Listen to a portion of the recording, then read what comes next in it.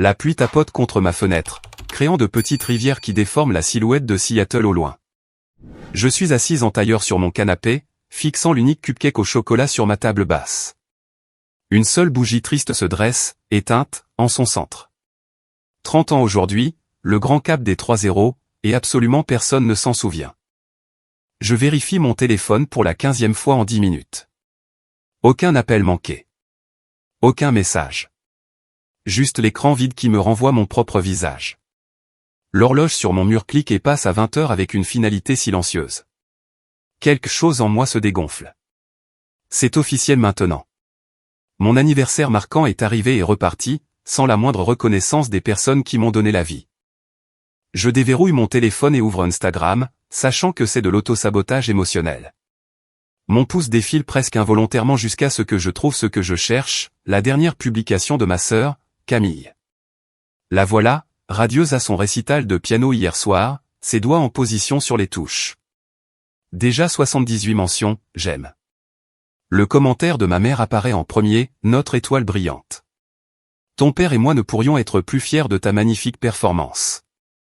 Le commentaire de papa suit, c'est ma fille. Mozart lui-même serait jaloux. Je sens le serrement familier dans ma gorge. 30 ans du même schéma, et ça pique toujours comme la première fois. Je ferme Instagram et passe à ma galerie de photos, trouvant des clichés de la rénovation de l'hôtel-boutique que j'ai terminé le mois dernier. L'éclairage chaleureux. Le mélange harmonieux de luxe moderne et d'éléments historiques. Le projet qui m'a valu une reconnaissance dans le secteur et une prime substantielle. Une larme tombe sur mon écran, déformant l'image de ma plus grande réussite professionnelle. Je l'essuie avec ma manche.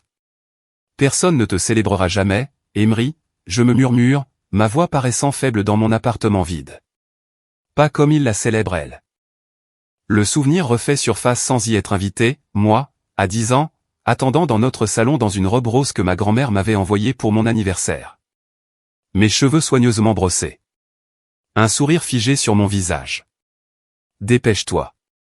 Nous ne pouvons pas être en retard pour le récital de Camille, avait lancé maman en traversant la pièce en trombe sans vraiment me voir. Mais qu'en est-il de ma fête? Ma petite voix avait à peine été entendue. Papa m'avait tapoté la tête distraitement. Nous fêterons ça le week-end prochain, ma puce. Nous ne l'avons jamais fait. C'est la première fois que j'ai appris à me fondre dans le décor de ma propre vie. À ne rien attendre et à être reconnaissante pour moins encore. À regarder Camille briller pendant que je restais dans l'ombre, applaudissant plus fort que quiconque. J'essuie une autre larme, agacé par moi-même pour cette démonstration. J'ai 30 ans, pas 10. Je devrais avoir dépassé ça maintenant. Le cupcake reste intact, son glaçage au chocolat légèrement durci pour avoir attendu trop longtemps. Je tends la main pour le prendre, puis m'arrête. Qu'est-ce que je célèbre exactement? Une autre année d'invisibilité? Un autre cap passé seul pendant que ma famille oublie que j'existe? Non, pas cette fois. Je redresse les épaules et ouvre mon ordinateur portable. Le solde de mon compte bancaire apparaît à l'écran, 97 342,16 $, le résultat d'années d'épargne minutieuse et de la récente prime de 68 000 $ du projet hôtelier. De l'argent dont personne ne connaît l'existence parce que personne ne m'a jamais posé la question. Je fixe les chiffres, mon doigt planant au-dessus de mon téléphone. La pensée qui se forme semble dangereuse, voire imprudente. Et pourtant, pour la première fois depuis des heures, mon cœur bat pour autre chose que de la déception. J'appuie sur le bouton d'appel. Seattle Audi, Trevor à l'appareil. Comment puis-je vous aider, répond une voix joyeuse. Bonjour, dis-je, ma voix plus stable que je ne l'aurais cru. Je me demandais si vous aviez des Q5 de disponibles? Absolument. Plusieurs modèles, en fait. Pensiez-vous venir pour un essai routier? Je regarde le cupcake intact, la fenêtre sombre striée de pluie, le téléphone qui n'a pas sonné de la journée. En fait, je pense en acheter une. Aujourd'hui. Aujourd'hui. Trevor semble surpris. Eh bien, nous sommes ouverts encore 1 heure. Je serais heureux de commencer les formalités si vous êtes sérieuse. Je le suis, dis-je, sentant une nouvelle détermination monter en moi. Je suis très sérieuse. Je termine l'appel et me lève, apercevant mon reflet dans la fenêtre. Pendant un instant, je me reconnais à peine, la colonne vertébrale droite, le menton relevé, l'éclat dans mes yeux qui ressemble presque à un défi. S'ils ne veulent pas me célébrer, dis-je à mon reflet, je me célébrerai moi-même. Je saisis mes clés et mon portefeuille, laissant derrière moi le triste cupcake. La pluie a cessé, et quelque part au-delà des nuages, il pourrait même y avoir des étoiles. Pour la première fois en 30 ans, je vais m'offrir le cadeau que je mérite. Avez-vous déjà dû célébrer votre propre cap parce que personne d'autre ne s'en est souvenu? Partagez dans les commentaires ci-dessous. 40 minutes plus tard, la concession Audi brille sous les projecteurs qui font scintiller le sol de la salle d'exposition comme une chaussée mouillée après la pluie. Je pousse les portes en verre, mon cœur battant un rythme nerveux contre mes côtes. Un homme en chemise impeccable s'approche avec le sourire exercé de quelqu'un qui s'est évalué un client potentiel. Bienvenue chez Seattle Audi. Je suis Trevor. Sa poignée de main est ferme, confiante. Qu'est-ce qui vous amène ce soir? J'ai appelé plutôt à propos du Q5. Ma voix semble plus stable que je ne le suis. J'aimerais en acheter un. Aujourd'hui. Merci de votre attention. Trevor cligne des yeux, la surprise traversant son visage. Bien sûr, laissez-moi vous montrer notre sélection. Il me guide à travers une salle d'exposition de véhicules élégants qui reflètent les lumières du plafond en courbe parfaite. Le Q5 bleu nuit est dans le coin, presque observateur, comme s'il m'attendait. Je passe mes doigts sur sa surface brillante, voyant mon reflet déformé dans la peinture, une femme avec une démarche déterminée. Je peux commencer les formalités si vous souhaitez l'essayer d'abord, propose Trevor. Pas besoin. Je redresse les épaules. C'est celui-ci. Dans le bureau des finances, une femme aux cheveux méchés d'argent fait glisser des formulaires sur un bureau poli. Lorsque nous arrivons à la section du paiement, elle lève les yeux, expectative. Comment souhaitez-vous financer cet achat? Je vais verser un acompte de 60 000 $ en espèces. Je financerai le reste. Les mots semblent étranges dans ma bouche. Les sourcils de la directrice financière se haussent légèrement, une micro-expression de surprise que j'ai appris à repérer. Les gens m'ont toujours sous-estimé. C'est assez conséquent. Elle tape sur son clavier. Puis-je vous demander votre profession, mademoiselle Blake? Architecte d'intérieur. J'ai récemment terminé la rénovation d'un hôtel-boutique. Je ne m'étends pas sur la reconnaissance du secteur ou la prime. Laissons-les s'interroger. Ma signature semble étrangère sur les derniers papiers, ma main tremblant légèrement malgré ma résolution. La clé électronique semble lourde dans ma paume. Solide. Réel. À moi. Félicitations pour votre nouvelle Audi. Trevor m'accompagne jusqu'à mon achat, se tenant fièrement à côté comme s'il avait quelque chose à voir avec sa création. Je revois mon reflet dans la peinture bleu profond. Les lumières du plafond créent un effet de halo autour de ma silhouette. Pendant un instant, je me reconnais à peine. Il y a quelque chose de différent dans la tenue de mes épaules, l'inclinaison de mon menton. De retour à la maison, je me gare devant mon immeuble, incapable de cesser de regarder la voiture en me dirigeant vers ma porte. Elle a l'air presque provocante sous les lampadaires. À l'intérieur, je sors mon téléphone et fais défiler jusqu'à Instagram. Mon doigt plane sur l'icône de l'appareil photo avant que je n'attrape ma veste et ne retourne dehors. Cela doit être bien fait. 30 minutes plus tard, je suis à Cary Park. La silhouette de Seattle s'étend devant moi, la Space Needle illuminée contre le ciel nocturne. Je positionne ma nouvelle Audi avec les lumières de la ville en toile de fond, ajustant l'angle jusqu'à ce que ce soit parfait, l'extérieur bleu nuit captant les reflets de la ville comme un miroir. Je prends plusieurs photos, sélectionnant la meilleure. La légende prend plus de temps que la séance photo. Je tape et efface, mes pouces dansant nerveusement sur l'écran. Finalement, je me décide. Joyeux anniversaire à moi. Voiture de rêve, vie de rêve. Mon doigt plane sur « Publier » pendant une minute entière. Il ne s'agit pas seulement de la voiture. C'est une déclaration, une affirmation de ma valeur que ma famille n'a jamais été disposée à faire. J'appuie sur le bouton avant de pouvoir changer d'avis. Les notifications commencent presque immédiatement. Des collègues du cabinet de design, des amis de l'université, d'anciens camarades de classe. Les mentions « j'aime » s'accumulent avec des commentaires surpris. Oh mon Dieu, Emery, quelle beauté! Joyeux anniversaire! Tu le mérites.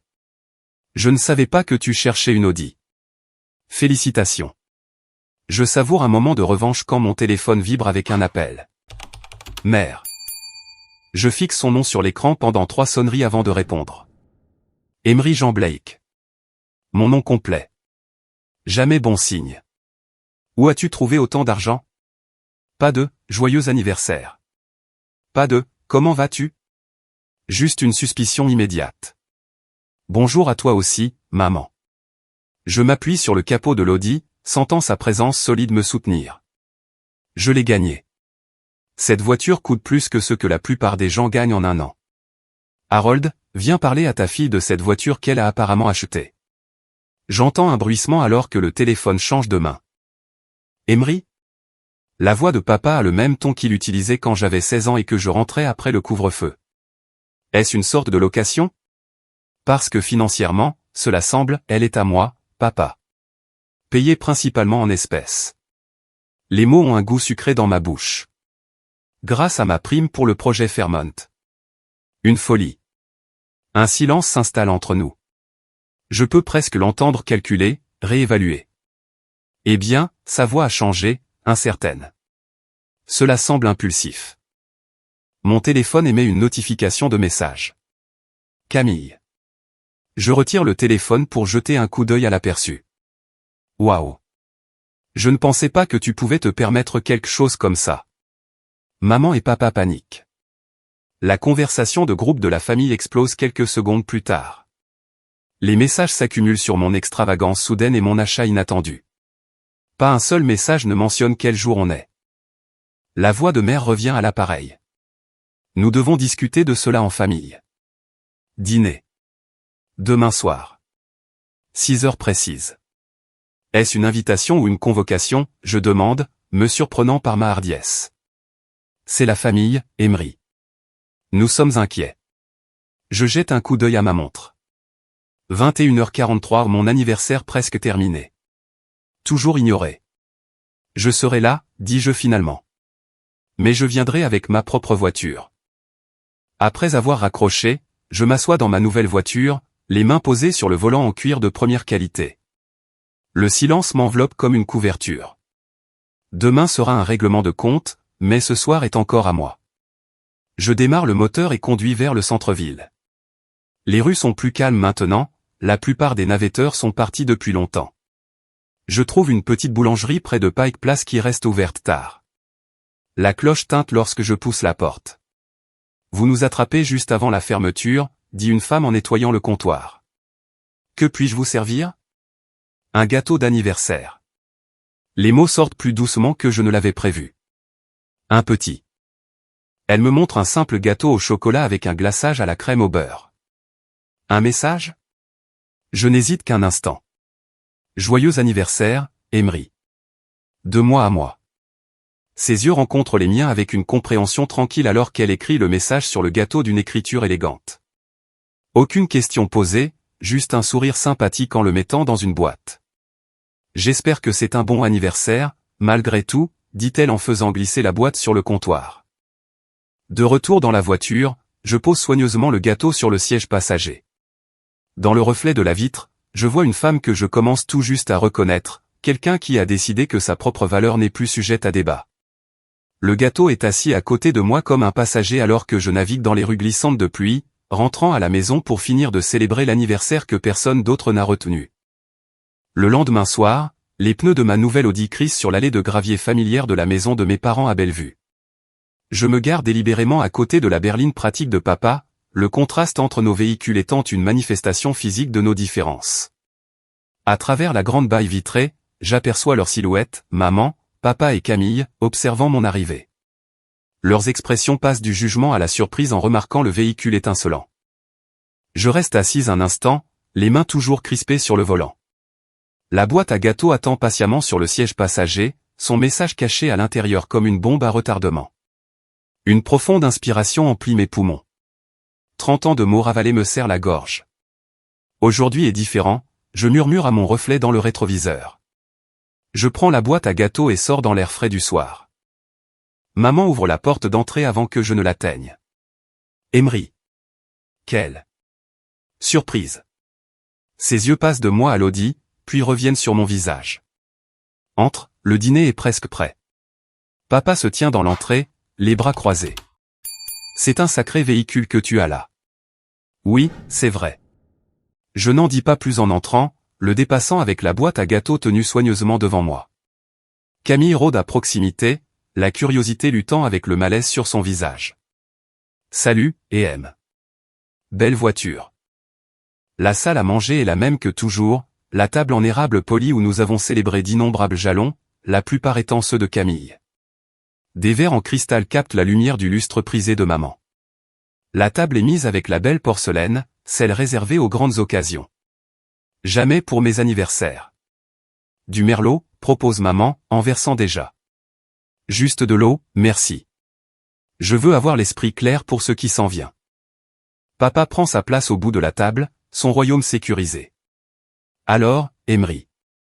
Cette voiture a dû te coûter cher. Le financement de nos jours est un piège, tu sais. Ces concessionnaires te diront n'importe quoi pour te faire signer. Je sirote mon eau. Pas besoin de financement pour la majeure partie. Le silence qui suit semble physique, comme un poids qui pèse sur la pièce. Maman s'affaire à servir le rôti de bœuf, sa spécialité, pendant que papa se racle la gorge à plusieurs reprises. Camille jette des regards entre nous, sentant les courants sous-jacents. Le projet de l'hôtel Thomson a dû bien se passer, propose Camille en tendant la main vers le sel. Oui. Je coupe un petit morceau de viande. Le client était très satisfait. Les hôtels sont des investissements risqués de nos jours, dit papa, sa fourchette piquant une carotte. Le tourisme fluctue. Tu devrais mettre de l'argent dans ta retraite, pas dans des actifs qui se déprécient. Harold, prévient doucement maman. Quoi? Je dis juste ce que tout parent responsable dirait. Ces gros achats à son âge. Je continue de manger méthodiquement, laissant ces mots glisser sur moi. Le même dédain, un autre jour. J'ai entendu des variantes de cette leçon toute ma vie. Mon choix d'université, trop cher. Mon appartement, dans le mauvais quartier. Ma carrière, instable. Le dîner se poursuit avec des conversations de circonstances soigneusement menées. Le temps. Le prochain récital de Camille. Les rénovations du voisin. Personne ne mentionne une seule fois mon anniversaire. Quand nous finissons de manger, je me lève et récupère la boîte à gâteaux sur le buffet où je l'avais posée. La table se tait alors que je la place au centre, directement sous le lustre. Avec des mouvements délibérés, j'ouvre le couvercle. Joyeux anniversaire, Emery, de mois à mois, les fixe d'une écriture élégante sur un glaçage blanc. La main de maman vole à sa bouche. Oh, Emery, nous n'avions pas, ma voix sort plus stable que je ne l'aurais cru. Pendant 30 ans, mes anniversaires ont été oubliés, tandis que les moments de Camille étaient célébrés comme ceux d'une reine. Papa s'agite sur sa chaise. Allons, ce n'est pas juste. Ne laisse pas.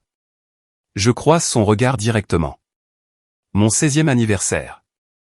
Vous m'avez donné un gâteau de supermarché pendant que Camille avait une fête avec traiteur et 50 invités pour le sien.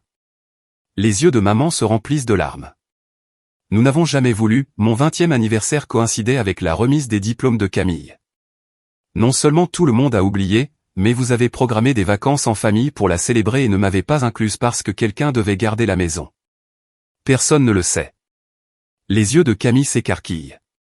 Je n'ai jamais su ça. Et cette année, je continue, ma voix gagnant en force à chaque mot, un silence complet. Pas même un message. La pièce s'immobilise. Le seul son est le tic-tac de l'horloge grand-père dans le coin, marquant les secondes d'une vérité inconfortable. Je me tiens plus droite, les épaules en arrière. Je me suis offert le cadeau que je méritais, et je n'ai besoin de l'approbation de personne. Mais 50 000 $ pour une voiture, balbutie papa. C'est irresponsable. Vraiment? Le projet hôtelier que je viens de terminer? Celui sur lequel aucun de vous ne m'a posé de questions? J'ai transformé une propriété en difficulté en une destination prisée. Augmenter leurs revenus de 35%. Gagner un prix de l'industrie. Je fais une pause, laissant le poids de mes réalisations s'installer. Et une prime de 68 000 $. Maman allait doucement. C'est mon argent, gagné grâce à mon talent et mon travail acharné. Après des décennies à être invisible dans cette famille, j'ai décidé de reconnaître enfin ma propre valeur. Maman tamponne ses yeux avec une serviette. Nous n'avons jamais voulu te faire sentir comme ça. Il ne s'agit pas d'intention. Je garde ma voix égale, bien que mon cœur batte à tout rompre. Il s'agit de 30 ans d'action constante. Il s'agit de créer une dynamique familiale où un enfant compte et l'autre non. Papa fixe son assiette, inhabituellement silencieux. Camille tend la main vers moi, puis la retire. Et je n'avais jamais réalisé. J'étais tellement absorbé par moi-même, par toute cette attention. J'aurais dû le voir. Oui, tu aurais dû. Les mots sortent plus vifs que prévu, mais je ne m'excuse pas, mais tu n'es pas l'architecte de cette structure familiale. Tu en as juste profité. Je me tourne vers mes parents. Je n'ai pas besoin que vous commenciez soudainement à me célébrer. Ce train est parti depuis longtemps. Ce dont j'ai besoin, c'est que vous compreniez que je me célèbre désormais moi-même. Je me valorise, et je ne m'en excuserai pas. Papa se racle la gorge. Emery, les familles sont compliquées. Nous avons toujours été fiers de toi. Vraiment? Quand êtes-vous venu pour la dernière fois à l'une de mes expositions de design? Quand avez-vous jamais mis une photo de mes projets sur la cheminée, à côté des programmes de récital de Camille? Quand m'avez-vous jamais présenté en premier en rencontrant de nouvelles personnes? Les larmes de maman coulent librement maintenant. Papa a l'air accablé, comme s'il me voyait clairement pour la première fois. Je me lève, ramassant mon sac à main. Je ne demande pas d'excuses ni de promesses de changement. Je ne fais que constater des faits. La dynamique de cette famille est déséquilibrée depuis 30 ans, et j'ai finalement cessé de l'accepter comme normale. Je ferme la boîte à gâteaux, la laissant au centre de la table. Le gâteau est au chocolat, le préféré de papa. Mon sourire semble étranger sur mon visage. Considérez cela comme mon cadeau d'anniversaire pour vous tous. Des gouttes de pluie s'éparpillent sur mon pare-brise comme de minuscules diamants, chacun captant la lueur des lumières de la ville de Seattle. Je guide mon Audi à travers les rues calmes, les doigts agrippant le volant en cuir. À chaque kilomètre qui me sépare de la maison de mes parents à Bellevue, le serrement dans ma poitrine se relâche. La confrontation se rejoue dans mon esprit, leur visage quand j'ai ouvert cette boîte à gâteaux. Le silence qui a suivi mes paroles. Pendant 30 ans, mes anniversaires ont été oubliés tandis que les moments de Camille étaient célébrés comme ceux d'une reine. Ma voix n'avait pas tremblé. Pas une seule fois. Je passe devant la Space Needle, illuminée contre le ciel nocturne. Sous certains angles de la ville, elle ressemble à un ovni, planant au-dessus du centre-ville, prêt à décoller. Ce soir, elle me semble être un phare, un rappel que parfois il faut atteindre des hauteurs impossibles pour être vu. Lorsque j'arrive à mon immeuble, je reste assise dans la voiture pendant plusieurs minutes, regardant les gouttes de pluie faire la course sur le pare-brise. Les sièges en cuir sentent encore le neuf. Les lumières du tableau de bord brillent d'un bleu doux dans l'obscurité. Cette voiture n'est pas seulement un moyen de transport. C'est la preuve que je peux m'offrir ce que personne d'autre ne voulait me donner. À l'intérieur de mon appartement, tout semble différent d'une manière ou d'une autre. Les mêmes meubles, les mêmes œuvres d'art sur les murs. Mais l'espace est chargé d'une nouvelle énergie, comme si la femme qui est partie ce matin n'est pas la même que celle qui est revenue. Mon téléphone vibre. Puis encore. Et encore. Je me verse un verre de vin avant de vérifier les messages. 3 de maman, 1 de papa, 1 de Camille. Le premier de maman, nous n'avons jamais voulu te faire de mal comme ça. Tu dois comprendre. Le deuxième, ton père et moi aimons nos 2 filles de la même manière. Nous l'avons toujours fait. Le troisième, s'il te plaît, rappelle-moi. Nous devons en parler en famille. Celui de papa est bref et maladroit, l'unité familiale compte plus que n'importe quel malentendu. Ne laissons pas cela créer une division. Malentendu. Comme si 30 ans de schéma n'était qu'une simple erreur. Je prends une autre gorgée de vin et ouvre le message de Camille. Pouvons-nous nous voir demain? Juste nous deux. Café à M Street près de Pike Place à 10h? Je fixe le message de ma sœur pendant un long moment. De toutes les réactions que j'attendais, celle de Camille voulant me voir seule n'en faisait pas partie. Mon pouce plane sur l'écran. Finalement, je tape, j'y serai. À mes parents? Je n'en vois rien. Le matin apporte une fine couche de brouillard planant sur Elliott Bay. J'arrive au café 10 minutes en avance, choisissant une table près de la fenêtre d'où je peux guetter Camille. Elle entre 5 minutes en retard, sa posture de pianiste de concert inimitable même en tenue décontractée. Nos regards se croisent. Quelque chose dans son expression me serre le cœur, une vulnérabilité que j'ai rarement vue chez ma parfaite sœur. Je t'ai pris un latte, dis-je alors qu'elle s'assoit. Merci. Elle enroule ses mains autour de la tasse mais ne boit pas, et aime, sa voix se brise. Des larmes jaillissent de ses yeux. Je reste parfaitement immobile. Choqué. En 30 ans, j'ai vu Camille pleurer exactement 2 fois, quand elle s'est cassé le poignet à 14 ans et craignait de ne plus jamais jouer du piano, et quand elle a été acceptée à Juillard. Je ne l'ai jamais vue jusqu'à maintenant, murmure-t-elle en clignant rapidement des yeux. J'étais tellement absorbé par ma propre vie. L'aveu reste en suspens entre nous. Les premiers mots honnêtes que nous avons échangés en tant qu'adultes. Tu n'as vraiment jamais remarqué, je demande, ma voix plus douce que je ne le voudrais. Toutes ces années? Camille baisse les yeux sur son café intact. Je pense que j'ai supposé que ça t'allait.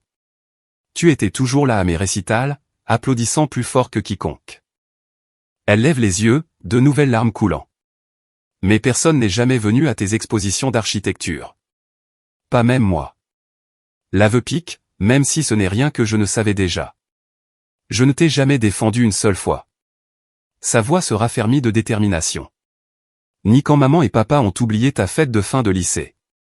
Ni quand ils ont reporté ton dîner de remise de diplôme universitaire à cause de ma série de concerts d'été. Elle tend la main vers la mienne par-dessus la table. J'étais aveugle à mon propre privilège dans notre famille. Je la laisse tenir ma main mais ne dis rien. Que peut-on dire à une vie passée à être invisible? Je suis tellement désolé, Emery. 4 mots simples. D'une manière ou d'une autre, ils comptent plus venant d'elle qu'ils ne l'auraient fait de nos parents. Plus tard cette semaine-là, mon téléphone sonne avec le numéro de maman. Je le laisse presque aller sur la messagerie vocale. Mais quelque chose me pousse à répondre. Emery, dit-elle, sa voix prudente. Je regardais le site web de ton entreprise. La rénovation de l'hôtel que tu as faite l'année dernière. C'est magnifique. Le compliment semble étranger venant d'elle. Papa appelle le lendemain. Cette voiture, dit-il d'une voix bourrue. Elle te va bien. De sa part, c'est pratiquement une déclaration d'amour. Camille m'envoie plus souvent des messages maintenant. Elle me pose des questions sur mon travail, partage moins sur le sien. Dans les conversations de groupe de la famille, elle s'assure de m'inclure dans les conversations, corrigeant nos parents lorsqu'ils retombent dans leurs vieilles habitudes d'oublier de poser des questions sur ma vie. J'observe ces petits changements avec prudence. 30 ans d'habitude ne se transforment pas du jour au lendemain. Mais quelque chose a changé, comme la première fissure dans un barrage qui a retenu les eaux trop longtemps. Dans le calme de mon appartement, je passe mes doigts sur la clé électronique de l'Audi posée sur ma table basse, le talisman qui a rompu le sortilège. Je me demande si les relations familiales peuvent vraiment changer après des décennies de schémas établis, ou si nous ne faisons que jouer de nouveaux rôles dans le même vieux scénario. La pluie recommence, tapotant contre mes fenêtres. Mais ce soir, elle ne semble pas mélancolique. Elle ressemble à des applaudissements. Une semaine plus tard, la pluie bat un rythme doux contre mon pare-brise alors que je traverse le lac Washington en direction de Bellevue. La voiture sent encore le neuf, une subtile odeur de cuir qui me rappelle la transformation chaque fois que je me glisse derrière le volant. Mon téléphone vibre avec un autre message de maman. Le 3e aujourd'hui. Nous avons tellement hâte de te voir, ma chérie. Conduis prudemment. Je tapote mes doigts contre le volant, m'habituant encore à cette nouvelle version de Margot Blake, celle qui se souvient d'envoyer des messages, qui pose des questions sur mon travail, qui semble véritablement intéressée par mon existence. L'invitation était arrivée il y a 3 jours. Dîner de famille spécial vendredi, avait dit maman, sa voix portant une note inhabituelle d'hésitation. Rien d'extraordinaire, juste nous 4. J'avais failli refuser. Après 30 ans de schéma, 6 mois semblent un clin d'œil, à peine assez de temps pour croire que quelque chose a vraiment changé. Mais quelque chose dans sa voix avait semblé différent. Sincère. Presque nerveux. Alors me voilà, traversant le pont qui relie ma nouvelle vie à l'ancienne. Mon appartement redécoré avec ses couleurs vives et ses meubles affirmés rapetissent dans le rétroviseur. Devant moi se trouve la rue bordée d'arbres familières de mon enfance, où j'ai appris à disparaître. Je tourne dans la rue de mes parents et aperçois quelque chose d'inattendu, des ballons attachés à la boîte aux lettres. Des ballons bleus et argentés dansant dans la brise. Un nœud se forme dans ma gorge. Je me gare derrière le camion de papa et reste assise un instant, me ressaisissant. À travers le pare-brise, je vois maman jeter un coup d'œil par les rideaux du salon. Elle me fait un signe de la main, un sourire timide sur le visage. La porte d'entrée s'ouvre avant que je ne l'atteigne. « Emory », dit maman, s'avançant pour m'embrasser. Son étreinte dure plus longtemps que d'habitude, son parfum familier mais d'une manière ou d'une autre différent dans cette nouvelle dynamique entre nous. « Tu es magnifique. » « Merci », dis-je en la suivant à l'intérieur. La maison sent le poulet rôti et quelque chose de sucré, de la cannelle peut-être. Quelle est l'occasion? Les yeux de maman se tournent vers la salle à manger. Pourquoi n'irais-tu pas voir par toi-même? Je contourne le coin et m'arrête net. La table de la salle à manger, normalement dressée avec de simples assiettes blanches pour les dîners de famille, brille de la belle porcelaine et des verres en cristal. Un vase de fleurs fraîches trône au centre, à côté d'une grande boîte blanche de la boulangerie Macrina. Des serpentins bleus et argentés pendent du lustre. Surprise, dit papa, se levant maladroitement de sa chaise. Mieux vaut tard que jamais, je suppose. Camille s'avance de derrière lui, ses mains serrant un paquet emballé. Joyeux anniversaire en retard, et M. Je reste figé dans l'embrasure de la porte, incapable de traiter la scène devant moi. Papa fait un geste vers la boîte à gâteaux. Vas-y, dit-il, la voix rauque de quelque chose qui pourrait être de l'embarras. Ouvre-la. Avec des doigts engourdis, je soulève le couvercle. À l'intérieur se trouve un gâteau au chocolat avec un glaçage à la crème au beurre, sur lequel est écrit en une élégante écriture bleue, « Joyeux 30e anniversaire en retard, Emory ». Je sais que nous ne pouvons pas défaire le passé, continue papa, les yeux fixés quelque part par-dessus mon épaule, mais ta mère et moi avons réfléchi. Sur la façon dont nous n'avons, il fait une pause, cherchant ses mots, pas été aussi attentifs que nous aurions dû l'être. L'euphémisme flotte dans l'air entre nous.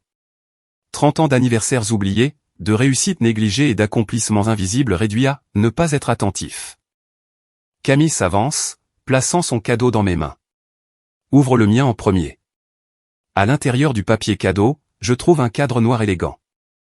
Derrière la vitre se trouve une photographie professionnelle du hall de l'hôtel que j'ai redessiné, le projet qui m'a valu cette prime, qui m'a donné le courage d'acheter ma voiture, qui a tout changé.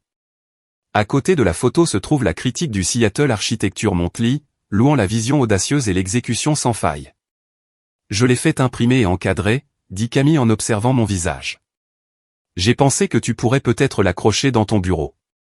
Merci, je murmure, sincèrement touché par sa prévenance. C'est parfait. Nous nous asseyons pour dîner, la conversation guindée mais sincère. Maman sert mon plat préféré, le poulet marsala, quelque chose qu'elle a fait d'innombrables fois pour Camille mais rarement pour moi. Papa me pose des questions sur mes projets actuels avec un intérêt maladroit. Camille comble les silences avec des histoires de son studio de musique. Nous voulions nous rattraper d'avoir manqué ton anniversaire, dit maman, alors qu'il est temps de servir le gâteau. Ça fait longtemps que nous n'avions pas servi le gâteau. Les mots me prennent au dépourvu, non pas une reconnaissance de décennies de schéma, mais juste une seule occasion manquée. Papa hoche la tête, coupant dans sa part. Ta mère se sent terriblement mal à ce sujet. Je pose ma fourchette. Ce n'était pas seulement mon 30e anniversaire, papa. La table devient silencieuse. Papa a l'air mal à l'aise, jetant des regards à maman pour qu'elle le sauve. Je sais, dit finalement maman. Nous avons manqué beaucoup de choses, nous t'avons fait sentir moins importante. À la deuxième place, dis-je doucement, ou à aucune place du tout. Le gâteau est à moitié mangé dans nos assiettes alors que je continue. J'apprécie cette soirée, vraiment, mais j'ai besoin que vous compreniez quelque chose. Je ne cherche pas de célébration de rattrapage ou d'attention motivée par la culpabilité.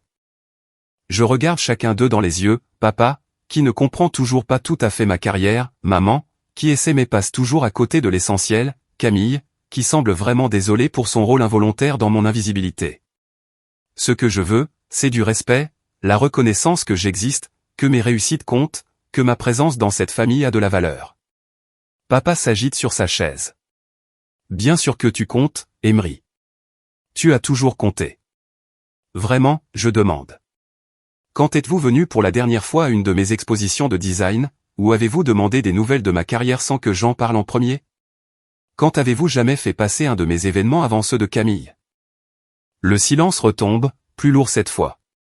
Les choses seront différentes maintenant, promet maman en tendant la main vers la mienne. Je la laisse la prendre, mais ma voix reste stable. Elles sont déjà différentes, parce que je suis différente. Je décide de ma valeur maintenant, pas quelqu'un d'autre. Les mots flottent dans l'air, non pas de colère, mais simplement factuels. Pour la première fois de ma vie, je sens le pouvoir basculer dans cette pièce. Non plus la fille oubliée cherchant des miettes d'attention, mais une femme énonçant ses conditions. C'est juste, dit finalement papa en hochant lentement la tête. Nous avons du rattrapage à faire. Camille lève son verre d'eau. À de nouveaux commencements? Et à de meilleurs anniversaires? Je lève mon verre pour rencontrer le sien, étudiant les visages autour de la table, ma famille imparfaite, faisant de son mieux de manière imparfaite pour réparer ce qu'elle a brisé. Non pas parce que je les ai forcés avec l'achat de ma voiture, mais parce que mon acte d'amour-propre leur a montré qui j'étais vraiment. Le gâteau a un goût sucré sur ma langue, pas parfait, mais assez bon. Comme ce moment, pas tout ce dont j'avais rêvé, mais peut-être tout ce dont j'ai besoin. À de nouvelles limites, j'ajoute, ma voix forte, et à nous célébrer nous-mêmes quand personne d'autre ne se souvient de le faire. 1 an plus tard, le doux tintement de mon téléphone me réveille en sursaut. Je plisse les yeux vers l'écran, surprise de trouver un message de papa. Joyeux anniversaire, Emery, j'espère que c'est une bonne journée. Simple, direct, complètement différent du silence assourdissant de l'année dernière. D'autres notifications apparaissent pendant que je me brosse les dents. Maman a envoyé des fleurs. Camille veut m'emmener déjeuner. Mes collègues ont prévu quelque chose au bureau. Le contraste avec mon 30e anniversaire me frappe comme une sensation physique, la chaleur du soleil après une année de tempête. Je me glisse dans mon Audi, passant ma main sur le volant en cuir. Depuis 1 an maintenant, cette voiture est mon rappel quotidien du moment où j'ai décidé de me valoriser. Aujourd'hui, elle me transporte vers un anniversaire dont les autres se souviennent enfin. Au cabinet de design, mon équipe me surprend avec du champagne et un gâteau au chocolat imposant. Mon assistant, Ben, lève son verre. À Emery, dont la rénovation de l'hôtel Arborview vient de nous décrocher le contrat de la tour Westlake. Le client vous a spécifiquement demandé. Les éloges me submergent, et je les accepte sans détour. L'année dernière, j'aurais marmonné quelque chose d'autodévalorisant. Aujourd'hui, je lève simplement mon verre. Merci à tous. Je ne pourrais pas demander de meilleurs collègues. Plus tard, Camille me rejoint à notre restaurant préféré au bord de l'eau.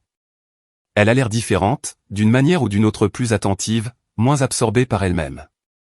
J'ai réservé la table avec la meilleure vue, dit-elle en me conduisant à une place près de la fenêtre donnant sur Elliott Bay.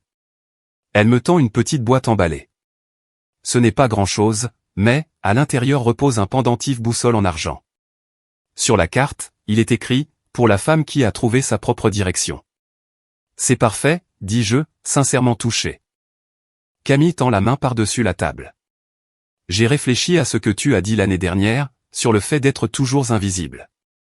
Elle fait une pause.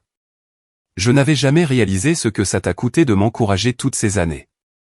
Je ferme le pendentif autour de mon cou. On ne peut pas changer le passé.